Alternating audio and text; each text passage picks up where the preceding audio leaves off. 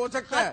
اس خط کا مقصد ہے کہ ایسی صورتحال میں جہاں پر دباؤ ڈالا جا رہا ہو، ابڈکشن کی، ٹارچر کی معاملات ہوں، بڑے سنگین الزامات ہوں، چونکہ شوکت صدیقی صاحب کے کیس کے اندر آگے رہنمائی نہیں کی گئی، یہ تو بتا دیا گیا کہ دباؤ ڈالا گیا اور ان کو بحال کر دیا گیا، پر اس کے بعد وہ فیصلہ خاموش ہے۔ وہ فیصلہ یہ نہیں بتاتا کہ دباؤ ڈالنے والوں کے ساتھ پھر کس طرح سے طے کرنے ہیں معاملات، کیسے ڈیل کرنا ہے۔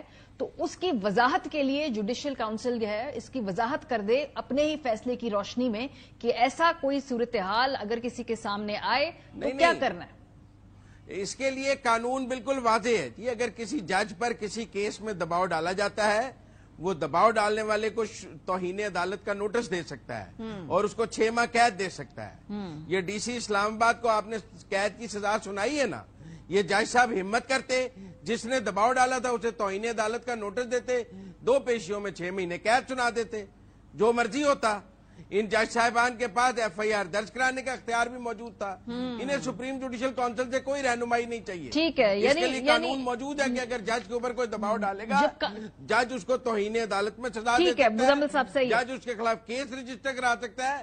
جج کو کوئی یہ سیاست ہے، رہنمائی تو قانون اور آئین میں موجود ہے۔ صاحب پرابلم یہ ہے کہ جب شوکت عزیزی صاحب کا کیس، صدیقی صاحب کا کیس آیا تھا، تب بھی کہا گیا کہ ایک سیاسی طور پہ یہ اس کو کیمپین کا حصہ بنایا جا رہا ہے، یہ ایک مخصوص جماعت کے کہنے پہ ہو رہا ہے۔ قاضی فائز عیسیٰ پہ آیا تو تب نہیں کہا گیا، تب بھی کہا گیا سر پی ٹی آئی کا تو اپنا ماضی داغدار ہے۔ تو سر اس مہام میں سب ننگے ہیں نا، بیکاز ویڈیوز تو پھر سب کے پاس سے بھی نکلی نا بعد میں۔ سو ایشو یہ ہے کہ میں ایک پرنسپل بات کر رہی ہوں، میں اس کو ٹیکنیکلی بھی سمجھنا چاہتی ہوں کہ جب ایک جج صاحب کے پاس اتھارٹی موجود ہے، وہ بلا سکتے ہیں، ایف آئی آر کر سکتے ہیں، توہین عدالت کر سکتے ہیں، ایسی تیسی کر سکتے ہیں، تو ان 6 لوگوں کو خط لکھنے کی ضرورت کیا پیش ہے؟ دیکھیں پہلے تو انہوں نے اپنے چیف جسٹس صاحب کو بتایا یہ کہ ون فائن مارننگ وہ اٹھیں اور انہوں نے خط آتے ہیں آپ بینچز کا سیاست سمجھتا ہوں۔ ٹھیک ہے، اس سے پہلے بھی وہ ہم خیال بینچز اور ہم خیال بینچز، اب ذرا ان کی تشکیل کے اوپر ہم دوبارہ بات کریں گے، لیکن ہاں اچھا میں جس عرض کر رہا تھا کہ دیکھیں یہ کوئی ون فائن مارننگ تو نہیں موزز جج صاحبان نے لکھ دیا نا،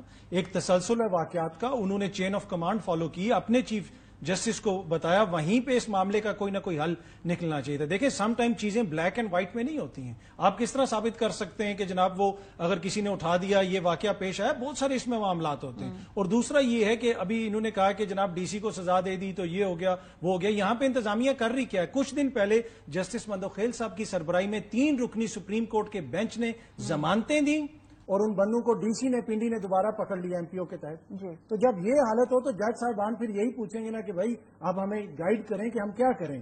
تو میرے خیال میں یہاں پہ فرض بنتا تھا کہ بتایا جائے کہ کیا کیا جائے۔ آپ نے اٹھا کے الٹا وہ سارا معاملہ پھر ایگزیکٹو کے ہاتھ میں دے دیا۔ کیا اب جو کمیشن ہے وہ ایک ریٹائرڈ جج صاحب ہیں، انتہائی قابل احترام ہیں، لیکن کیا یہ ہائی کورٹ کے ججز جا کے ان کے سامنے پیش ہوں گے، ان کو بتائیں گے؟ کیوں نہیں پیش ہوں گے؟ نہیں ہونا پڑے گا، کوئی آپشن کیا ہے؟ وہ مطلب بہتر نہیں تھا کہ اپنا ہی ان کے چیف جسٹس صاحب اس معاملے کو دیکھتے؟ لیکن انہوں نے کہا نا ہم نے ادارے کی تفتیش ایک ادارے کے سابق شخص سے کرا رہے ہیں نا، تو وہ جو بھی ہے اگر ہمیں تفتیش کرانی بھی ہے، اگر ہمیں انویسٹیگیشن کروانی بھی ہے، جو دوسرا موقف ہے وہ یہ کہ اس میں بھی سابق چیف جسٹس صاحب جن کی اچھی شہرت ہے ان کو لگا دی۔ وائی ناٹ ایک سرونگ جج؟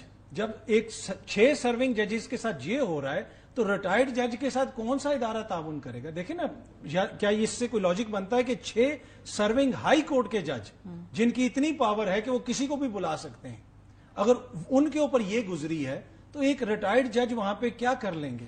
یہ ہے نا ایشو۔ یہ تو چیف جسٹس صاحب کی سربراہی میں فل کورٹ بینچ بننا چاہیے تھا اور ایک واضح پیغام جانا چاہیے تھا، چاہے کسی کی بھی حکومت ہو، اکراس دا پارٹی لائنز بات ہو رہی ہے۔ لیکن اب اکراس دا پارٹی لائن بات نہیں ہو رہی نا، معاملہ سیاسی ہو چکا ہے۔ یہ سیاسی اس لیے ہو رہا ہے کہ یہ میرے دوست جو مزمل صاحب جیسے دوست ہیں میرے، یہ ان کی خواہش ہے کہ اس کو بھی سیاسی بنا دیا جائے۔ لیکن فار ایگزامپل تحریک انصاف کو بیچ میں آ کے ترجمانی کی کیوں ضرورت پیش آئی؟ مطلب یہ ججز کا معاملہ ہے، وہ ججز کے پاس خط لکھ رہے ہیں، وہ ان کا انٹرنل ایشو ہے۔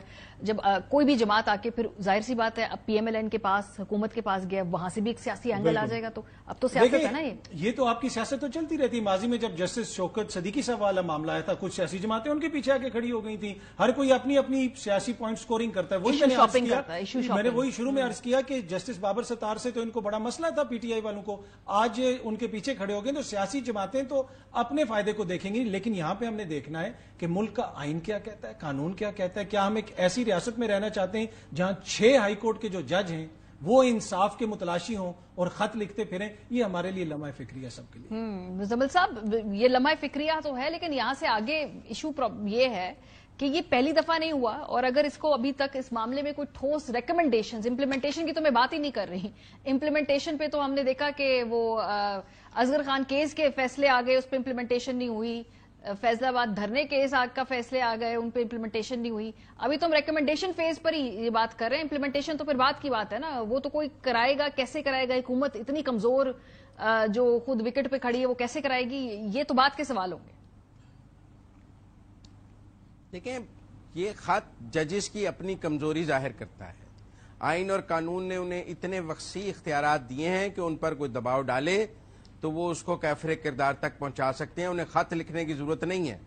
خط ایک ہے، ان ججز کے پاس خود اختیار موجود ہے کہ ان پر کوئی دباؤ ڈالے تو یہ اس کو سزا دے سکتے ہیں، ان کو کسی کو خط لکھ کر رہنمائی لینے کی ضرورت نہیں ہے۔ یہ خط ایک ہے اور یہ ہم خیال بینچز کا ایک تسلسل ہے۔ میں اس کو کوئی قانونی اور آئینی راستہ نہیں سمجھتا۔ انہیں سپریم کورٹ سے، supreme judicial council D G I S I کو سزا دے سکتی ہے، وہ تو صرف جج کے خلاف کاروائی کر سکتی ہے، وہ تو کسی عام شہری کے خلاف بھی کاروائی نہیں کر سکتی سپریم جوڈیشل کونسل۔ اس کا اختیار ہی محدود ہے کہ وہ صرف ججز کا مس کانڈکٹ دیکھ سکتی ہے۔ یہ اس سے کیا رہنمائی مانگ رہے ہیں جی؟ جس ادارے کا جو سکوپ ہے وہ صرف ججز کا مس کانڈکٹ دیکھنا ہے، ججز کی کرپشن دیکھنا ہے، یہ اس کو خط لکھ کر کیا انصاف مانگ رہے ہیں؟ آپ کو پروسیجر پہ بھی اعتراض ہے، آپ کو کانٹینٹ پہ بھی اعتراض ہے؟ اختیار نہیں ہے، کیونکہ کچھ لوگوں کو کانٹینٹ پہ اعتراض نہیں، ان کو پروسیجر پہ اعتراض ہے۔ نہیں، ان 6 ججز کو یہ نہیں پتا کہ سپریم جوڈیشل کونسل کے پاس کوئی ریمیڈی اویلیبل نہیں ہے جو خط یہ لکھ رہے ہیں۔ وہ اجلاس بلا کر بھی کسی کو نہیں بلا سکتے، ان کے پاس آئین اور قانون کے پاس یہ اختیار ہی نہیں ہے جو یہ سپریم جوڈیشل کونسل سے مانگ رہے ہیں۔ فورم بھی غلط ہے اور جو خط میں لکھا ہے ان کے مندرجات پہ بھی اعتراض ہے، تو دونوں پرابلمٹک ہیں۔ بالکل نہیں، دیکھیں دو راستے تھے۔ ایک منٹ مجھے ایک بات مکمل کر لینے دیں۔ یا تو یہ 6 ججز ایک پٹیشن سپریم کورٹ میں کر دیتے خط لکھنے کی بجائے، یہ جا کے سپریم کورٹ میں ایک پٹیشن کر دیتے کہ ہم 6 ججز پلینٹف ہیں اور یہ ہماری پٹیشن ہے، تو وہ پٹیشن تو سماعت کے لیے مقرر ہو سکتی تھی۔ انہوں نے پٹیشن نہیں کی، انہوں نے خط لکھا جو ایک پولیٹیکل کا جوڈیشل کنونشن بنا دیں جس میں کوئی ریمیڈی اویلیبل نہیں، جو سیاست ہے کہ آپ کنونشن بلا دیں، اس سے بھی کوئی مسئلے کا حل نہیں نکل سکتا۔ ٹھیک ہے، چلے جی، وہ بھی ایک سیاست ہے، قرارداد ہے، اب اس کی جو ریکمنڈیشنز آئیں گی اس ریکمنڈیشنز کے اوپر بھی سیاست ہوگی۔ ابھی نہیں، اس کی ریکمنڈیشنز نہیں آئیں گی۔ پھر کیا آئے گا؟ آپ ماریا غلط کہہ رہی ہیں، اس میں یا الزامات سچ ثابت ہوں گے یا یہ قرار پائے گا کہ جج